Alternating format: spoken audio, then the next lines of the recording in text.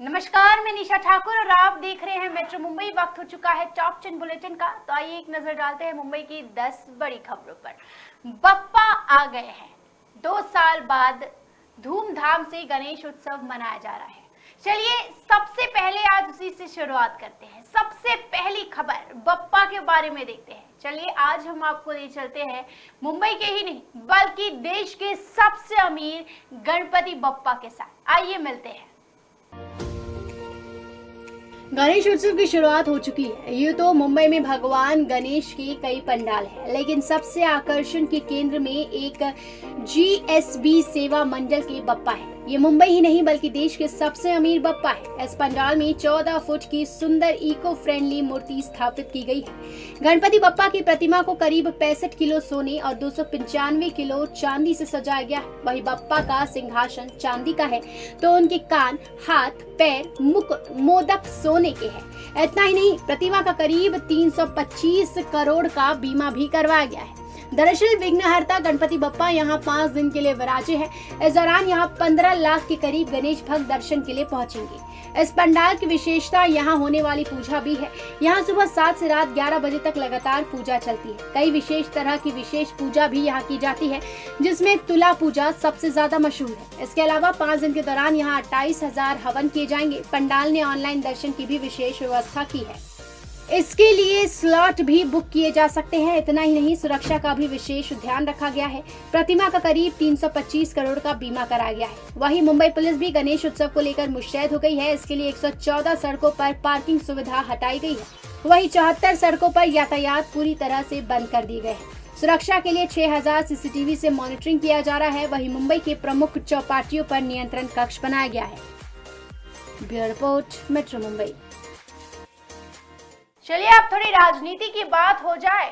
क्या भाजपा और बनसे की गठबंधन होगी? क्या भाजपा कामयाब रहेगी? शिवसेना को, उद्धव ठाकरे को बीएमसी से हटाने के लिए क्या बीएमसी शिवसेना और उद्धव ठाकरे की हाथ से छूट जाएगी? क्या है भाजपा की रणनीति? क्या पक रही है राजनीतिक खिचड़ी? देखिए रिपोर्ट। महाराष्ट्र की सियासत में एकनाथ शिंदे के जरिए उद्धव ठाकरे के हाथों से सत्ता छीनने के बाद बीजेपी की नजर राज ठाकरे के जरिए बीएमसी पर कब्जा जमाने की है। बीएमसी पर उद्धव ठाकरे की शिवसेना का 3.5 दशक से एक छत्र राज कायम है। सूबे में कांग्रेस और एनसीपी की सरकार आती रही, लेकिन शिवसेना के हाथों से बीएमसी को कोई नहीं छीन सका। ऐसे में बदले हुए सियासी माहौल में बीजेपी की कोशिश राज ठाकरे की पार्टी मनसे से हाथ मिलाकर बीएमसी से शिवसेना को बेदखल करने की होगी। बता दें कि बीएमसी पर कब्जे का मतलब मुंबई पर राज करने और अपने सियासी प्रभुत्व को स्थापित करने का माध्यम है। शिवसेना का आगाज ही मुंबई से हुआ। शिवसेना संस्थापक बाल ठाकरे ने पार्टी के जनाधार को मजबूत करने के लिए मुंबई के रेहड़ी पटरी वालों की हक में आवाज उठाई।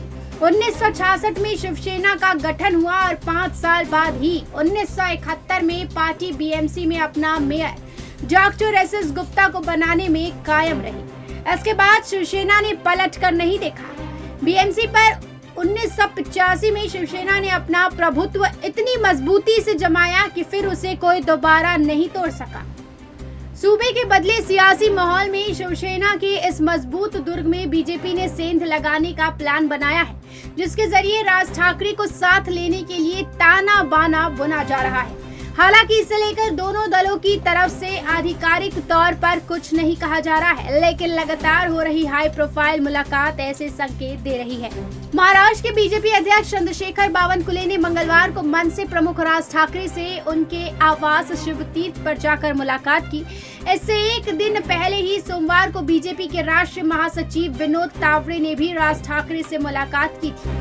वहीं राज ठाकरे भी पिछले दिनों उप मुख्यमंत्री देवेंद्र फडणवीस से मिलने मालाबार स्थित आवास पर पहुंचे थे। बीजेपी नेताओं की राज ठाकरे से बढ़ती मेल मिलाप को बीएमसी चुनाव से जोड़कर देखा जा रहा है। दरअसल 2017 के चुनाव में शिवसेना अकेले बीएमसी चुनाव लड़ी थी और 2027 सीटों में से 84 सीटें मिली तो बीजेपी को 82 पार्षद मिले थे, जिसके बावजूद शिवसेना बीएमसी पर अपना कब्जा जमाने में कामयाब रही थी। हालांकि इस बार बीजेपी की कोशिश है कि महाराष्ट्र की तरह मुंबई से भी शिवसेना के हाथों से सत्ता छीनी जाए। ऐसे में बीजेपी की कवायद मुख्यमंत्री एकनाथ शिंदे गुट और राज ठाकरे की पार्टी के साथ शिवसेना के मराठी वोट बैंक को कब्जाने की है। बीएमसी चुनाव को लेकर फिलहाल बीजेपी और मनसे दोनों दलों के बीच चर्चाएं शुरुआती दौर में। राज ठाकरे में बीजेपी को एक प्रखर वक्ता नजर आता है जो उद्धव ठाकरे और संभाजी ब्रिगेड को आक्रामक होकर टक्कर दे सकता है। ऐसे में बीजेपी इस बात को भी जानती है कि राज ठाकरे भले ही सीट ना जीत सके लेकिन बीजेपी के लिए संजीवनी साबित हो सकते हैं। राज ठाकरे की रैलियां महाविकास अघाड़ी के खिलाफ माहौल तैयार करने में मदद करेगी। राज ठाकरे की पार्टी को बीजेपी महाराष्ट्र की शिंदे कैबिनेट में जगह देना चाहती है ताकि बीएमसी के चुनाव गठबंधन के लिए मजबूत भूमिका बना सके। मौजूदा समय में मनसे से एक विधायक है और बीएमसी में 7 पार्षद है। राज ठाकरे अकेले चुनाव लड़कर अपना सियासी हश्र देख चुके हैं और अब उन्हें बीजेपी के साथ मजबूत होने का मौका दिख रहा है। ऐसे में बीजेपी बीएमसी चुनाव में 30 से 35 सीट देकर गठबंधन के लिए तैयार कर सकती है।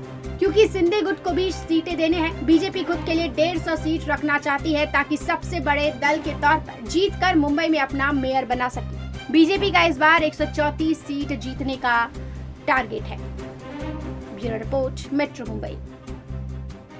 तो कल्याण से एक अजीबोगरीब मामला सामने आया है जहां गर्लफ्रेंड के लिए बंदा चोर तक बन गया। कल्याण डोंबिवली शहर में पिछले कुछ दिनों से चोरी की घटनाओं में इजाफा हुआ है।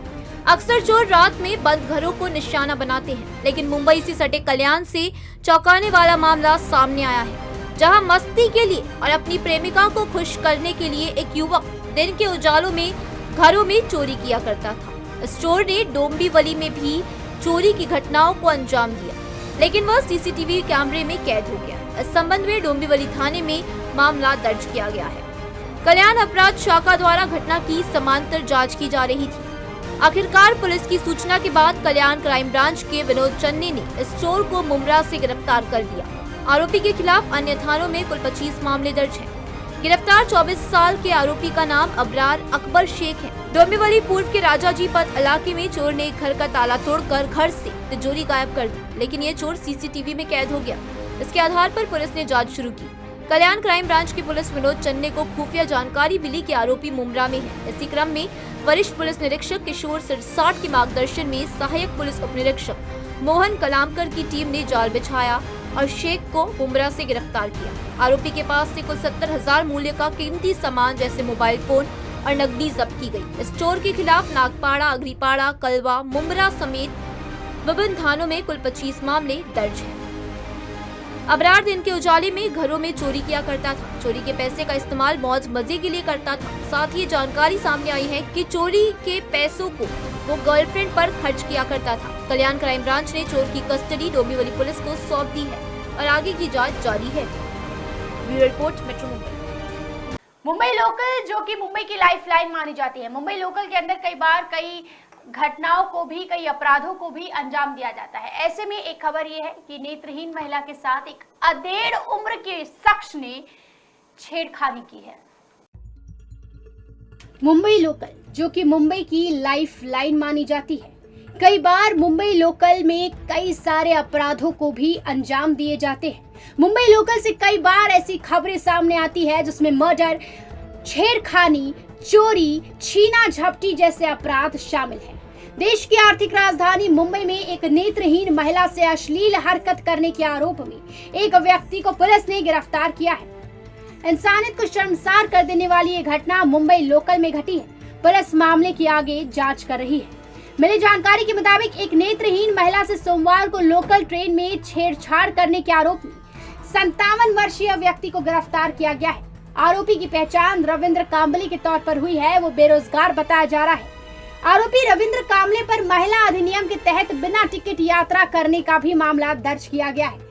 38 वर्षीय पीड़ित महिला ने बताया कि वो कल्याण से कुर्ला तक विकलांगों के लिए आरक्षित कोच में यात्रा कर रही थी। इस दौरान कांबले ने उसे गलत तरीके से छुआ। जब उसने कांबले का विरोध किया तो उसने कहा कि उसकी कोहनी गलती से उसे लगी है। महिला ने बाद में घाटकोपर स्टेशन पर रेलवे पुलिस से आरोपी की शिकायत की। वो अपने साथ आरोपी को भी लेकर गई, जिसके बाद पुलिस ने आरोपी को गिरफ्तार कर लिया। Bureau report, metro Mumbai. आज का जो युवा है, आज की जो जनरेशन है, वो जाम में नहीं बल्कि धुएं में उड़ रहा है। दूसरी किस्म की लत आजकल के युवाओं को लगती जा रही है। क्या है वो, देखिए रिपोर्ट। मई के दीवानों के लिए ये शेर जाना पहचाना है। अब्दुल हमीद अदम की गजल की इन पंक्तियों को न जाने कितने गानों, कव्वालियों, शायरियों में इस्तेमाल किया जा चुका है। जहां खुशी, गम, दोस्ती, मोहब्बत को सेलिब्रेट करने के लिए शराब का सहारा लिया जाता है। हिंदुस्तान में शराब के शौकीन बहुत है और ये शौक नया नहीं है, सदियों से चला आ रहा है। लेकिन अब इसमें एक बदलाव आने लगा है। जैसे जैसे जनरेशन यानी नई सदी में पैदा हुए लोग नशा करने की उम्र पार करने लगे, देश में नया ट्रेंड भी देखने को मिल रहा है। ये ट्रेंड है शराब से दूरी का, या यूं कहे कि शराब के बजाय किसी और रास्ते निकल जाने का। कोरोना काल के बाद उस ट्रेंड ने रफ्तार पकड़ी है, जहां लोग अब शराब को छोड़ गांजा, चरस, भांग जैसे नशीले पदार्थ की ओर रुख कर रहे हैं। भारत में गांजे का सेवन अभी भी अवैध है, लेकिन इसके बावजूद देश में गांजे का सेवन करने वालों की संख्या करोड़ों में है। तमाम रोक कानून के बाद भी ये ट्रेंड रफ्तार पकड़ रहा है और अब मैं खाने की लत नहीं बल्कि हाई होने की इच्छा लोगों को दीवाना बना रही है। ये ट्रेंड कैसा है, कितनी रफ्तार से आगे बढ़ रहा है, भारत में गांजे को लेकर किस तरह की बहस चल रही है, इन सभी बातों को समझने की चलिए कोशिश करते हैं। भारत में शराब का सेवन बहुत अधिक मात्रा में होता है। बिहार, गुजरात जैसे राज्यों में शराब बैन है, लेकिन बाकी राज्यों में सरकार के लिए शराब ही कमाई का सबसे बड़ा स्रोत है। देश विदेशी कच्ची न जाने कितनी तरह की शराब हिंदुस्तान में पी जा रही है, जिसका सेवन करने वालों में पुरुष और महिलाएं एक तरह से बराबरी योगदान देते हैं। वर्ल्ड बैंक की एक रिपोर्ट के मुताबिक साल 2018 में हुए एक सर्वे में यह दावा है कि भारत में हर साल एक व्यक्ति करीब 5.5 लीटर शराब पी जाता है। 2010 में यह आंकड़ा 4.5 लीटर तक का था, यानी सिर्फ 8 साल में इसमें जबरदस्त उछाल हुई है। वर्ल्ड बैंक से अलग भारत सरकार द्वारा 2019-21 में एक सर्वे में जारी किया गया था, जिसके मुताबिक 15 या उससे अधिक साल की करीब 1.5% महिलाएं भारत में शराब का सेवन करती है। पुरुषों की ये संख्या 18.8% की है। ये सरकारी आंकड़ा है, यानी देश में बड़ी मात्रा में शराब का सेवन हो रहा है, इसे स्वीकारा जा सकता है। अपने आसपास यार दोस्त में या किसी पान के खोखे पर आपने अब कुछ नए शब्दों को सुनना शुरू किया होगा। हाय होते हैं, रोल करेंगे, रोल ले लो, माल है क्या, स्टफ है ना। ये नई जनरेशन की भाषा है जो गांजे की लती हो रही है। भले ही ये लीगल हो या ना हो, लेकिन बाजार में इससे जुड़ी चीजें उपलब्ध हो जाती है। ये गांजा है क्या और कैसे असर करता है, इस बारे में समझ लेते हैं। कैनबिस एक पौधा होता है, यानी भांग का पौधा, जिसकी अलग अलग वैरायटी होती है। इस पौधे में से 3 चीजें निकलती है, जिसका अलग अलग इस्तेमाल होता है। ये 3 चीजें होती है, गांजा, भांग और चरस। भारत में भांग बेचना अपराध नहीं है, लेकिन गांजा और चरस बेचना या रखना या उसका सेवन करना अपराध है। इनका सेवन करने पर आप हाई फील करते हैं। ये वो भाषा है जिसका इस्तेमाल अक्सर किया जाता है। ऐसा इसीलिए क्योंकि गांजा का सेवन सीधा आपके दिमाग पर हिट करता है, जहां आपको ऐसा लगता है कि आप कुछ देर के लिए चकरा गए हैं। लेकिन ये नशा शराब जैसा नहीं होता, बिल्कुल अलग होता है, जो सेकेंडों में ही आपको पता लगने लगेगा। Bureau report, metro Mumbai. तो महाराष्ट्र में एक बैल ने अपने मालिक को उठाकर पटक दिया। दरअसल मालिक ने शराब पी रखी थी, जो बैल को बिल्कुल भी रास नहीं आया।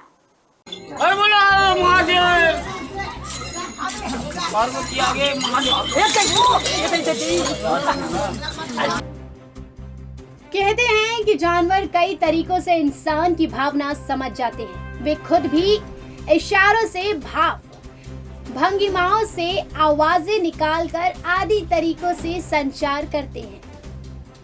महाराष्ट्र के भंडारा जिले में हुई एक अजीबोगरीब घटना का एक वीडियो वायरल हो रहा है, जो जानवरों के इंसानों की परख के गुण को बखूबी बता रहा है। वायरल वीडियो में एक बैल अपने शराबी मालिक को सबक सिखाता दिख रहा है।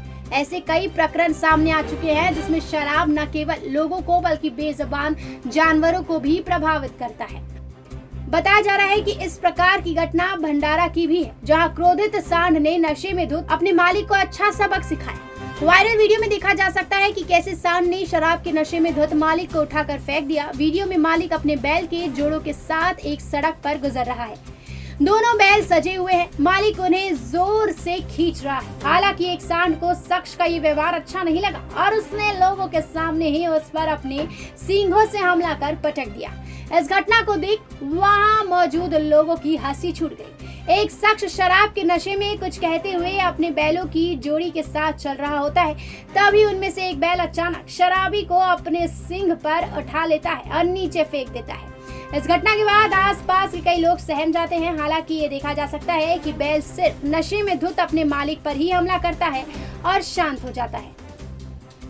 Bureau report, metro Mumbai. तो मुंबई में सीआईएसएफ जवानों ने मारपीट की है। जब कैब ड्राइवर ने कैब के अंदर स्मोकिंग करने से, धूम्रपान करने से उन्हें रोका तो वो आग बबूले हो गए। मुंबई में देश के रक्षक ही बदमाशी पर उतर आए हैं। कफ परेड पुलिस ने केंद्रीय औद्योगिक सुरक्षा बल यानी सीआईएसएफ और नौसेना के 4 कर्मचारियों को कथित तौर पर 2 पुलिसकर्मियों व कैब ड्राइवर से मारपीट करने के आरोप में गिरफ्तार किया है। घटना रविवार की है, जब सीआईएसएफ और नौसेना जवान एक कैब में बैठे थे। रविवार शाम को आरोपी कर्मियों का एक कैब ड्राइवर के साथ विवाद हो गया। आरोपी उसकी कैब में स्मोकिंग कर रहे थे। इसको लेकर ड्राइवर ने अपनी आपत्ति जताई थी। थोड़ी कहासुनी के बाद उन्होंने टैक्सी ड्राइवर को पीटना शुरू कर दिया। इस दौरान जब 2 पुलिसकर्मी ड्राइवर को बचाने के लिए जाते हैं तो चारों आरोपियों ने उनके साथ मारपीट शुरू कर देते हैं। गिरफ्तार आरोपियों की पहचान सीआईएसएफ के जवान प्रवीण कुमार अशोक सिंह, चंद्रभान प्रताप सिंह और नौसेना के जवान अभिजीत कुमार, अजय बहादुर सिंह व आरएस दुबे के रूप में हुई है। पुलिस के मुताबिक रविवार शाम चारों आरोपी टैक्सी में सफर कर रहे थे, तभी उनका ड्राइवर चुन्नी लाल से विवाद हो गया। एक पुलिस अधिकारी ने बताया कि चुन्नी लाल ने उन्हें बताया कि टैक्सी के अंदर स्मोकिंग वर्जित है, क्योंकि उनकी टैक्सी सीएनजी वाली है। चारों नाराज हो गए और उसे टैक्सी रोकने के लिए कहा। इसके बाद चारों आरोपियों ने ड्राइवर को कार से उतारा और पीटना शुरू कर दी। जब बुधवार पार्क पुलिस में तैनात उप निरीक्षक अविनाश वाघमारे और आर्षक पाटिल ने चारों आरोपियों को चुन्नीलाल की पिटाई करते हुए देखा तो उसे बचाने के लिए गए। उस वक्त पुलिस के साथ भी मारपीट की गई। Bureau report, metro Mumbai. मुख्यमंत्री एकनाथ शिंदे ने पुलिस हेडक्वार्टर तोरना बंगले का जायजा लिया, जिसे देखकर वो काफी ज्यादा निराश हुई और साफ तौर पर कहा कि पुलिस वालों को रहने के लिए अच्छी व्यवस्था मिले। मुख्यमंत्री एकनाथ शिंदे पुलिस के लिए मैदान पर उतरे हैं। आज मुख्यमंत्री एकनाथ शिंदे के आवास के बगल में स्थित तोरना बंगले का निरीक्षण किया।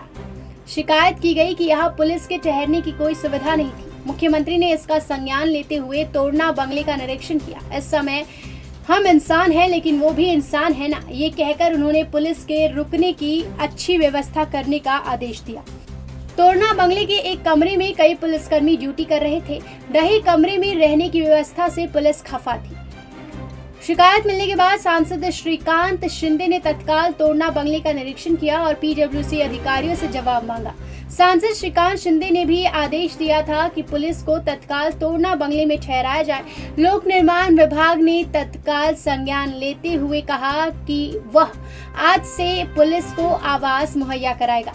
मुख्यमंत्री आवास वर्षा बंगले के बगल में स्थित तोरना बंगले के प्रति प्रशासन की उपेक्षा की शिकायतें मिली थी। वर्षा बंगले में जाते समय तोरना बंगले से प्रवेश करना पड़ता है। वर्षा और तोरना अगल बगल के बंगले हैं। तोरना बंगले में ड्यूटी पर तैनात पुलिस की ओर से व्यवस्था की गई थी, लेकिन तोरना बंगले में अपर्याप्त सुविधाएं थी और ड्यूटी पर तैनात पुलिस को एक जीर्ण शीर्ण कमरे में रहना पड़ा। Bureau report, metro Mumbai.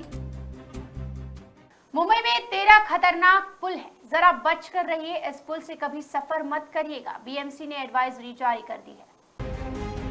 मुंबईकरों के लिए एक बेहद ही अहम खबर है। मुंबई में बीएमसी ने 13 पुलों को खतरनाक घोषित कर दिया है और गणेश उत्सव को देखते हुए बीएमसी ने इसके लिए एडवाइजरी तक जारी कर दी है। मुंबई सहित पूरे महाराष्ट्र में गणेश उत्सव पूरे धूमधाम से मनाया जाता है, जिसकी शुरुआत आज से हो भी चुकी है, जिसे लेकर पुलिस से लेकर बीएमसी तक को अतिरिक्त व्यवस्था करनी पड़ती है। कोरोना के चलते 2 साल बाद मुंबई में गणेश उत्सव का कोरोना के चलते करीब 2 साल बाद मुंबई में गणेश उत्सव का उत्साह देखने को मिल रहा है। इसी पृष्ठभूमि में बीएमसी ने मुंबई में गणेश भक्तों और सार्वजनिक गणेश उत्सव मंडलों को सलाह और अपील की। रेलवे लाइन पर बने 13 पुल खतरनाक हो गए हैं, इसलिए गणेश के आगमन और विसर्जन के लिए पुल पार करते समय लाउडस्पीकर और डांस गानों से बचने के लिए सुझाव और अपील की गई है। गणेश उत्सव के मद्देनजर बीएमसी और ट्रैफिक पुलिस ने निर्देश तक जारी किए हैं। मध्य रेलवे लाइन पर 4 पुल और पश्चिम रेलवे लाइन पर 9 पुल अपने बुढ़ापे के कारण खतरनाक हो गए हैं, इसलिए वहां पर सावधानी बरती जाए। ये अपील भी रेलवे लगातार लोगों से कर रहा है। मध्य रेलवे लाइन पर 4 पुल खतरनाक हैं, जिनमें Ghatkopar rail overbridge, Curry Road railway overbridge, Sane Guruji railway overbridge, Byculla railway overbridge शामिल है। पश्चिम रेलवे लाइन पर 9 पुल खतरनाक स्थिति में हैं, जिनमें Marine Line railway overbridge, Grant Road और मुंबई सेंट्रल रेलवे स्टेशन के बीच Falkland railway overbridge, Mumbai Central के पास बेलारिस पुल, Mahalakshmi steel railway overbridge, Prabha Devi Carroll railway overbridge, Dadar Tilak railway overbridge, Sandhurst Road railway overbridge, French railway overbridge और ग्रैंड रोड और Charni road के बीच Kennedy railway overbridge शामिल है। ये भी सुनिश्चित करने की अपील की गई है कि करी रोड ओवरब्रिज, साने गुरुजी मार्ग रेलवे ओवरब्रिज या चिंचपोकली रेल ओवरब्रिज और भायखला रेल ओवरब्रिज जैसे पुलों पर एक बार कोई वजन 16 टन से अधिक ना हो। Bureau report, metro Mumbai.